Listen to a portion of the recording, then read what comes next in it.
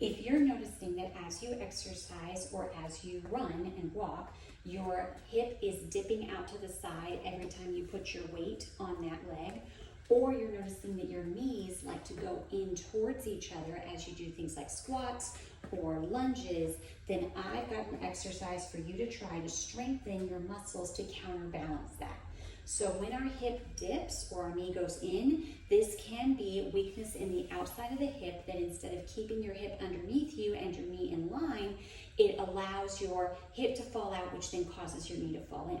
So to strengthen these hip abductors, we're going to try something called a hip hike. A hip hike is going to be putting all of your weight on one leg. You can use the other leg for balance, or you can have no weight on it at all.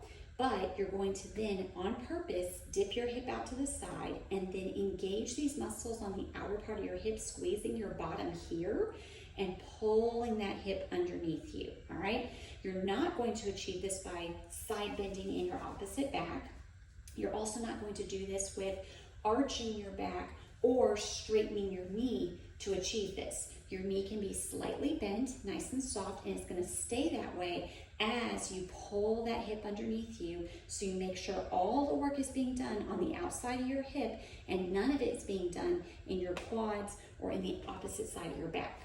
If this exercise is too difficult or you're not feeling the work here as much as you think you should, there's a couple of other options. You can do a sideline leg raise where you lift up to the side. You're going to do this with your toes pointed down, your heel pointed up, and you're going to make sure that you maintain a straight line here, and you definitely don't allow that leg to come forward or allow your back to arch in order for the leg to stay back. You should feel this burn right here on the side, and you don't want your pelvis to slide up as you're doing this.